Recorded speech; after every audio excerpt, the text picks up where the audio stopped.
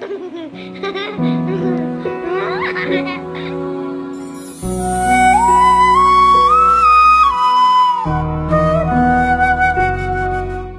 दोस्तों, आपका बहुत बहुत स्वागत है यूनिसन फॉर एजुकेशन के the great parent life training program में। दोस्तों, हमारे आगे के बहुत सारे मॉड्यूल कंप्लीट हुए। दोस्तों, अब हम आते हैं लॉ ऑफ बेटरमेंट मॉड्यूल की तरफ। जैसा कि दोस्तों डे बाई डे हमारा जो एजुकेशन का सिस्टम है, हमारी जो पूरी टेक्नोलॉजी है वो बदलती जा रही है और बेहतर होती जा रही है और बेटर होती जा रही है। जैसा कि एजुकेशन में देख लीजिए, किसी टाइम में तख्ती पर लिखा करते थे, फिर उसके बाद कॉपी आई, आज एजुकेशन जो है बिल्कुल डिजिटल हो गई। जी हाँ दोस्तों, इसी तरीके से हम देखेंगे कि टेक्नोलॉजी में पहले एक रिबन के ऊपर फोटोग्राफी होती थी, फिर उसके बाद अब एक डिजिटल क्लिप के ऊपर फोटोग्राफी होती है।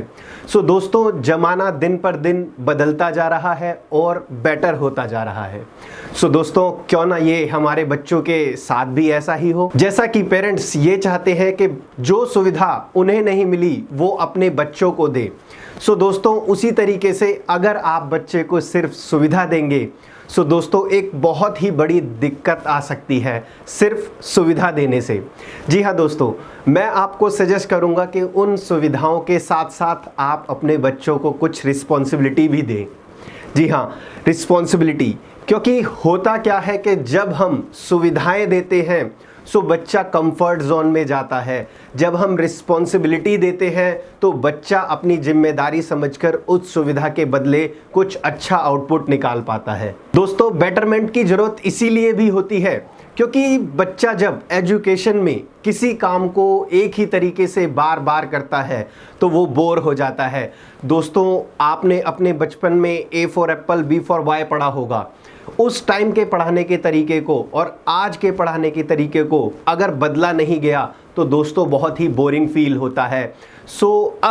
अब जो टेक्नोलॉजी आई है, अब जो ज़माना बदलता जा रहा है, उसमें हमें एजुकेशन के क्षेत्र में भी एक लेवल अब हमें हमेशा आगे बढ़ते रहना चाहिए। इसी तरीके से हम एजुकेशन में भी अपने बच्चे के जीवन में भी बेटरमेंट की ओर आगे बढ़ेंगे। तो ये जो हमारा मॉड्यूल है ये है लॉ ऑफ बेटरमेंट। दोस्तों, जिन बच्चों को सिर्फ सुविधा दी जाती है और उन्हें कोई रिस्पॉन्सिबिलिटी नहीं दी जाती, दोस्तों आगे आने वाले टाइम में वो बहुत अच्छे से सरवाइव नहीं कर पाते।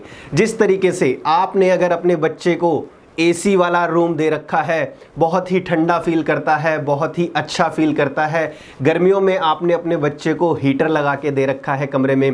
दोस्तों, इन फ्यूचर जब उसे अपने प्रोफेशनली डेवलपमेंट के लिए आगे बढ़ना पड़ेगा, अगर वहाँ पर टेम्परेचर ऊपर नीचे हुआ, दोस्तों उस बच्चे को बहुत ही तकलीफ़ आएगी अपने जीवन में आगे बढ़ने में। बचपन से ही उसकी आदत ऐसी डलवा के रखें कि उसे कुछ फैसिलिटी दें, उसके बदले में उससे कुछ रिस्पॉन्सिबिलिटी भी दें। दोस्तों, जैसा कि आप बचपन में आप अपने बच्चे से ऐसा कह सकते हैं कि जैसा कि जब आपका खाना खाने का टाइम होता है, डिनर का टाइम होता है, तो आप उससे कहें कि बेटा मैं रसोई में खाना बनाती हूँ, आप जाके ये जो खाना है वो टेबल पर लगाएं। दोस्तों, जिस तरीके से दुर्योधन और पांडव एक ही कुल की संतान थे, लेकिन पांडवों को उनकी माता ने बचपन से ही कुछ रिस्पॉन्सिबिलिटी दी, लेकिन दुर्योधन को सिर्फ और सिर्फ लाड प्यार ही मिला। दोस्तों, आगे जाके दुर्योधन के अंदर घमंड पैदा हुआ और पांडवों के अंदर कर्म के प्रति भावना पैदा हुई। दोस्तों, मैं आपसे यही कहूँगा कि आपका ये जो पैम्पर करना, ये जो बहुत ही ज़्यादा लाड प्यार करना है दोस्तों, ये आगे आने वाले टाइम में बच्चे के अंदर कहीं घमंड ना पैदा कर दे। दोस्तों, इसीलिए आप उसे रिस्पॉन्सिबिलिटी भी ज़रूर दें। लॉ ऑफ बेटरमेंट यही कहता है, अगर आप बच्चे की कुछ फैसिलिटी नहीं कम करते, जैसा कि होता क्या है कि जब बच्चा कहता है कि पापा मुझे आइसक्रीम खानी है, तो पापा का क्या कहना होता है, तुरंत बच्चे को आइसक्रीम दिला दी। आज घर में खाना नहीं खाना, तो पापा ने क्या करा, तुरंत बच्चे को बाहर लेके गए और घर का खाना छोड़कर बच्चे को वो खाना खिला दिया। दोस्तों, इस तरीके से पेरेंट्स ये कहते हैं कि हम जो चीज़ नहीं कर पाए वो बच्चे को देते हैं। दोस्तों, आपका लाड प्यार उसे एक कदम पीछे लेकर गया है, ना कि आगे। दोस्तों, इस जरूरत से ज़्यादा लाड प्यार का बहुत ही बड़ा दुष्प्रभाव होता है। जैसा कि आपने बाहुबली फिल्म देखी होगी। दोस्तों, बाहुबली में दो भाई थे, एक था बाहुबली और दूसरा था भल्लाल देव।